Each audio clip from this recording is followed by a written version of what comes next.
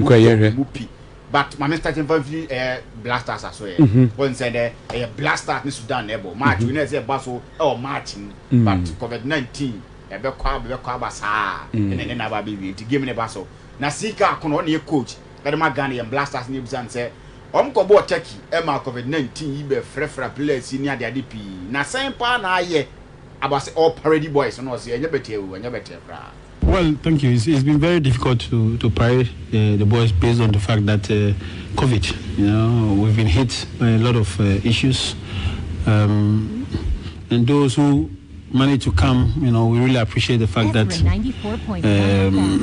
people like Jordan and others had it, but they were the first people to get here, and so we can only be proud of them, and we're happy. We have a full house now, believing that tomorrow we'll do well and win the match convincingly. And yes, he can't not to say what tomorrow and about Sandra no in the press conference and game about 4 p.m. Bright bright too at the commentary no if we kept good and so ever. Sika kuno assign din kumo biem nebuza and say Sudan team yi same pa na uko Sika kuno usini omo.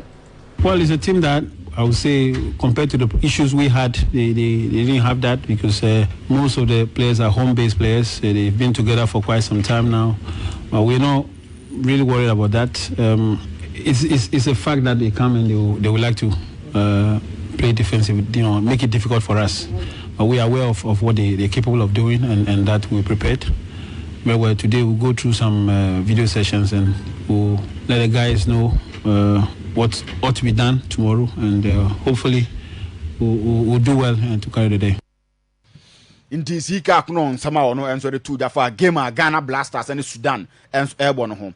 Andrew Deda you captain at the Ghana Blasters and Yebuzan say COVID-19 hun sensem na teams EBA reluctant say omo players ema mesia come from national teams party mo o sha brantia your friend Kudus Muni na o mantimi ama ebi prade and so ebi two teams enso empeso mbeba na omo aba no then esichi no say e kire say na boys ni na peso mba ebi sia kan ma Blasters. We get the 3 points here especially, and we are ready. We are very proud to be here.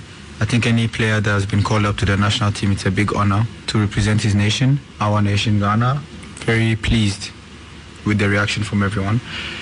You know, we had issues in the last camping with COVID, players who had it, etc.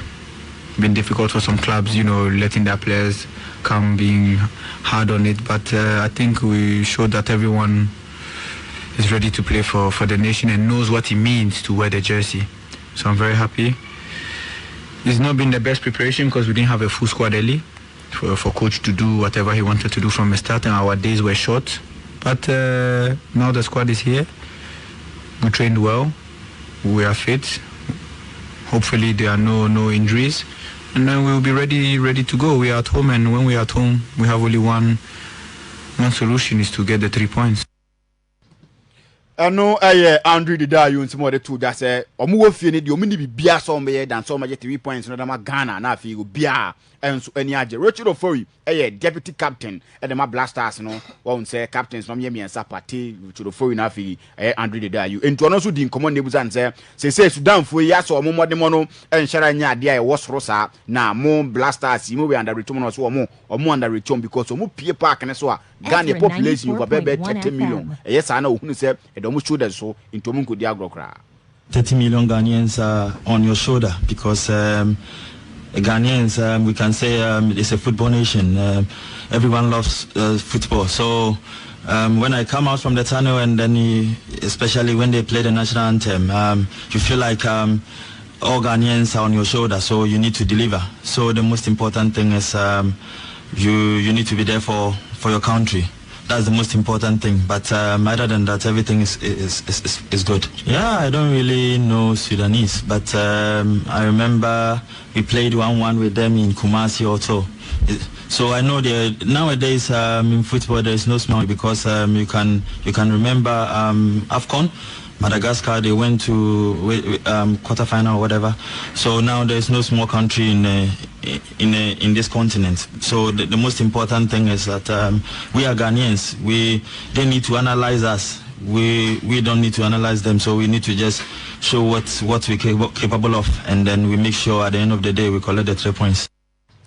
eno Richard Ofori nsema ono enso de to just game na eba ne de o mfa ni agro o menya se o me bom homodin na afi o ma 3 points na ma Ghana yen Blasters na afi Ghana man ni na nti yemfiri Blasters nsem nim na afi yemfi ani enkyere mo club issues dia na me de mani ekyere mo Ash Gold oboase na me start enso de afi o mo coach a ye friend Milovan Sakovic say oba ye no onhyere nya match time with the boys but don't know who there he's not satisfied. Very little time to stay them. We must hard work and improve. I'm not satisfied until now. We must have time to do something better. We must do more. I think they are better. But now I saw in the training much more work with technique, much more work with tactic. That's all. You must explain me this better.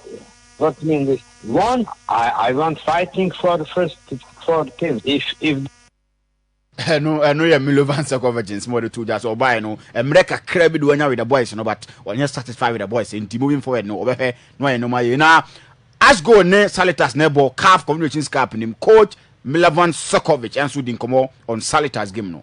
Now we first must prepare for league. We must prepare for first game, second game, third game. After when come African game, we must be ready for African Cup. But everybody won't go more if you can. You know, we must win first game, second game, after go more. When I was with Simba Club in Tanzania, we won how many? 3 games we won and we go to... Nessa, I don't know some Milovan Sakovic to just say so fun match after match. They almost concentration pie. First game against Kawela and then so when that's what more. Say give him the bass or was nothing. What imagine kunim. Now Salitas game the on try some more. No bet ma come and me free na mfuma ni nkyere mu Kumase dia. Kumase Asante Kotoko so e na me ba nemum ba me ntwa me ho akra mra. Beg na go tete e player e ma House of Folk boboko no. Na won say abrante yi squad o mu di pie mu Aduana Stars no ontimi nya konya enka squad no because say yes COVID-19 no ho nsɛmti abrante en ehwe so be sa no ho yare na owura ne say o help preparation a coach ni odum e dia momo na say kuro refer no Joseph Asabedi akwa be kan wo be assistant coach e ma House of Folk ne dia o ye sure say afi I beg no to say sure say House of Folk is a bit magic league no. This year me did mu dey me say House of bit league because me on company eduma coach ni I film. So say every season me just say mo lose mo draw but wins me more and I mean we say be continue say our league no.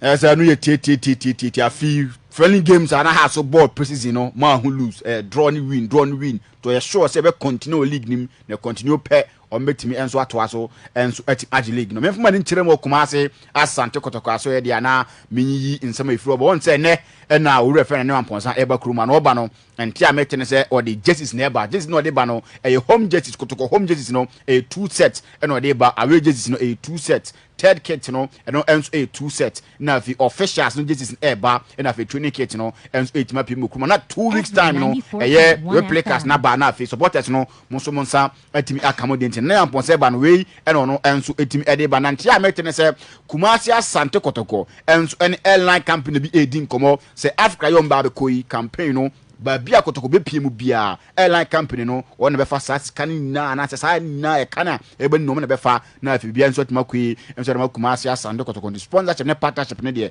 ba na e ba de wo in monetary aspect na afi de wo in kind ni na no ba enso na etimi ba ntia mete ne say Kotoko be the stance enso wadako jachi na afi o metima bo filling games in kakra ho any game bia any up to standard I say PM stadium no na afi metima bo no ho na no ma enso etima koi enso edam on Saturday Kumase Asante Kotoko on Valley High Sense enso wakra na afi omo enso tima pomo ho ntoma na afi details of contract no omo release ba bon tom say omepa ho enso entoma na afi omo cheche no mu yie pa ewo on Valley na senti ho enso den se me fro ba na mete se sponsorship kese bi pa eba Kumase Asante Kotoko aso ye no emodu eno eba na afi ba to Kumase Asante Kotoko na so na afi sika twitwiridie sika puduo wadama Kumase Asante Kotoko boboko na afi bibia enso atima koi enso era momte ne ba na ne wamponse ba no wei enso ne nyoma ode ba na afi sam kakre firi Kumase Asante Kotoko aso ye ba yemfa yemwurum our voice na afi yenso enkode a coach Maso Kunadu enso edin komo kakra na otirem ze sa na odibo fuo yi amanfo kom nsemi o nsemi ka de chamanfo Ezra 90. Colleague in there. I feel there's someone who say Bibia at the go away first. The opponents also they were experienced in the competition. So every team normally last season configuration of group stage it's not a bad side at all. Talking about good or bad side, no, it's African continent, you have a lot of good teams. Where they are coming from, no, is not a problem. Quality they have in their squad, that's why we have to think about right now. So we also prepare, make sure that play very well to, get ourselves ahead of whatever challenges are. Kotoko is going to underrate any team, knowing where we are coming from. Team these 100 years or these 60 years. So that is not the issue. What they can bring on board right now is very, very important. So we have to think about say, underrate them. They are a good side, and African football has come of age. We are a born homody, and focus on our history. Yes, we have that rich history. I know coach Marcel Claude more too just say yes, Kotoko rich history and so team Amoka say 10 and no there be team no they say African football it have come of age into be a born homody into Kotoko enko and retu be omoka ko born homody na for madim kunim na bibia and so atimi akoye Dr. Kwame Chei timi onna ye fikesiem e de ahye nsa wo hwe na no ma enso tima koyi no de tu just say Kumasi asande Kotoko no afi o mabobo mo ho o masample papa sponsors be banti o ka kirem say Kotoko Beji League na for masan yade e wa Africa. I feel there's someone who say Bibia at the oh, you're ever fun league as Africa. Africans will be direct. Next new year, Dr. Kwame Chedi say Africa na di o me come in league no so afi o me san. I think the first time I made this time around made to say Kotoko official because on Beji League. Inti say mpenefoni bia kasa ana menim se bia me na mente dia o ayampa obi anka nyante se bia na wampo so kasa beji ana se max kunedu kasa beji ana se board mpenefoni bi kasa obi anka but board chairman aka dey say sa do neka enra na ya dwendwen sa asemo ya ho aso se eba no sa na nsunson to saying say is it good to remain silent ahead of tournament and answer oh yeah beji no okay Dr. Kwame Chei no one say obai and be 3.5 years ni Kotoko kwa Africa ni bia ni buzan say afio mo kwa Africa na experience ben na team Kumasi asande Kotoko etimanya no so Dr. Kwame Chei watimanya experience in there nyabe pre so we have me buy me so Kotoko no 3.5 years ni ete ya dia em se mesuya no mabebre ya musu me ne ba I don't know Dr. Kwame Chedi no say experience. No I say ma manufacture. We yom ko ball game bi wa to so astro tv bi anu ho. Dr. Kwame Chedi ko ball ni bi. Oh okay. Doctor na mo manufacture.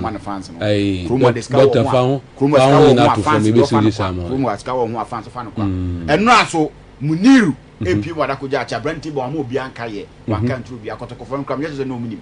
So oba wa people ho ye tete se Monday elso na Fabio Gama enso be se ne tangent no enfa ba na wada ko ja wo na bia enso atima ko enti we ne afisi me bobo no ne ye de bire mo 4 pm ye de commentary enso be ba okay oni eya bedwafo enfim emfa ema ye okay.